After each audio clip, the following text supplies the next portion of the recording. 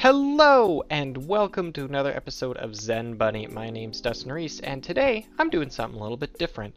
I have this idea for the Super Science Parents series and I kind of wanted to work it out a little bit. I haven't fully fleshed it out, so today's going to be a brainstorming session. Yeah, it's just kind of a walkthrough of how I go about coming up with my ideas. So this particular idea, as a parent, you know that your kids can wear you out. They have a lot more energy than you. So I was thinking, if I was a super scientist, I'd probably clone myself. And then I could just have just this ever-flowing line of me to play with my kids. So when I get tired, I have clones to jump in and help me out. So right now I'm just kind of doodling this rough idea of what I want it to be and the direction that I want things to go.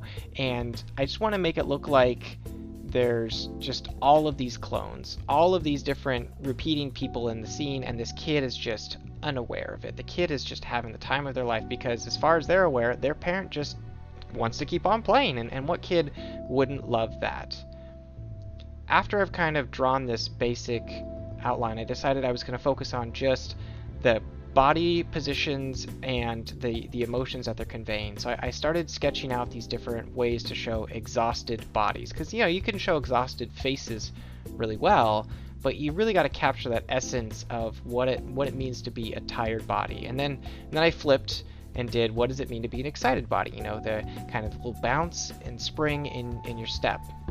And once I figured out those basic poses, I started to put it all together into this scene, and you can see this little sketch here. I'm plotting out the room, and I've decided that on one side will be the tired clones, and on the other side will be the happy, excited clones. So I've decided the right side, where the clones will be in the kitchen, they'll be leaning on counters, they'll be exhausted, maybe having a drink and just relaxing, and on the left side they'll be coming fresh out of the cloning machine and they're excited and they're ready to go, which means that there's going to be this focal point right in the middle, which is where I want the eye to naturally go. I want the clones to be there and I want them to be a part of the scene, but I want it to be secondary information. In a perfect world, I would love for anyone to look at this picture and see this happy family scene in the middle of these parents playing with their kids, and only upon further looking at the piece that they see, oh wait, this is the same parent over and over again, it's just a clone.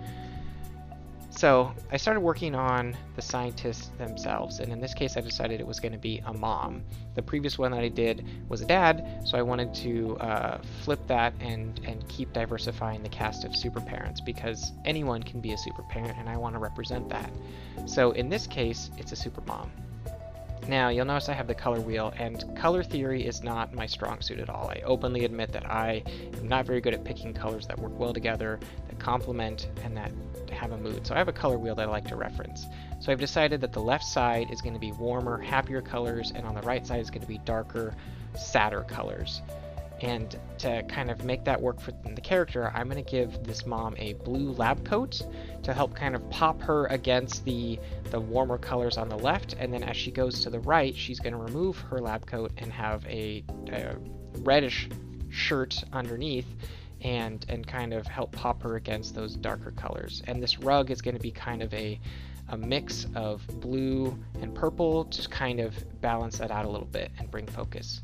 Another idea that you just saw that I note there is to have the same flower throughout the scene. I think it would be really entertaining if this cloning experiment has actually been going on for a while, so we see lots of multiple things throughout the rest of the picture. So multiple clocks, multiple flowers, just the same object over and over again. But anyway, here is my rough sketch idea. You can see I've done a lot of processing, but I'm really excited. I'm really excited to make this happen, and I think next week I'm going to sit down and do that. But thank you for watching, and I'll see you next week.